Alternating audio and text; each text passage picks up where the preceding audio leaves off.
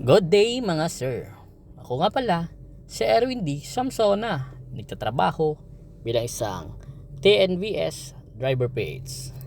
Ano ba ang tinatawag na TNVS driver page? Ito po ay tinatawag na Transport Network Vehicle Service.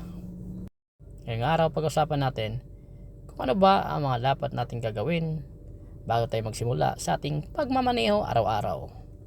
Walang iba po kundi ito ang tinatawag nating blow bagets. Ano ba ibig sabihin ng blow bagets? Ito ba ay kailan mo maging bagets para pogi? Naks, joke lang yon.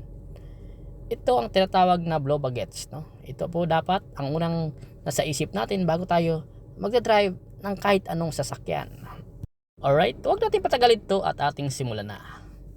Simulan natin dito sa tinatawag na B.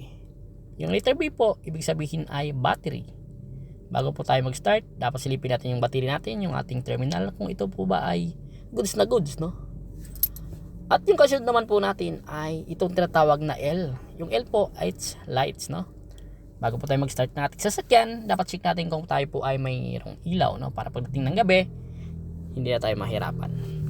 Pangatlo po natin, ito tinatawag na O. Yung O po is oil, no?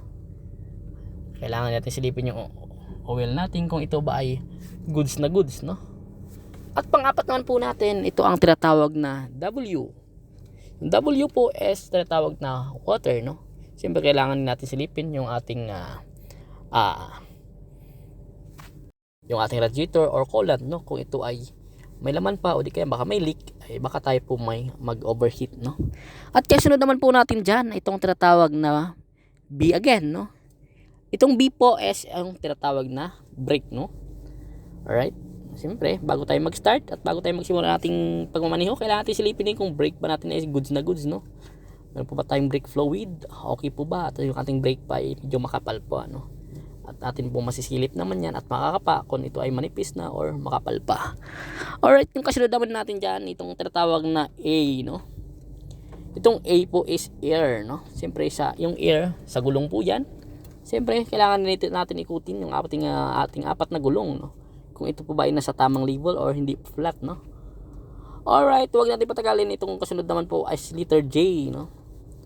Itong J po is tinatawag na gas, no? Siyempre, bago tayo mag-drive at mag-start natin sa sasakyan, dapat meron po tayong gas.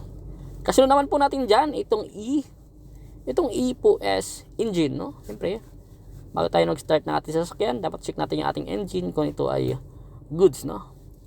At yung kasunod naman po ay yung letter T, no? Itong T po is tools, no? Dapat bago tayo mag-start o bumiyahe, dapat dala natin yung tools, no? Just in case siraan tayo, meron tayong magagamit, no? At itong last po ay S, no? Itong S po is self, no? Siyempre bago tayo magmaneho ng ating sasakyan, dapat tayo po ay 100% condition, no? At hindi po tayong inaantok, goods na goods po tayo, wala po tayong sakit at wala po tayong naramdaman para suwabe po yung ating pagmamaneho. Alright, sana po may natutunan kayo. God bless all, drive safe everyone. Ingat-ingat.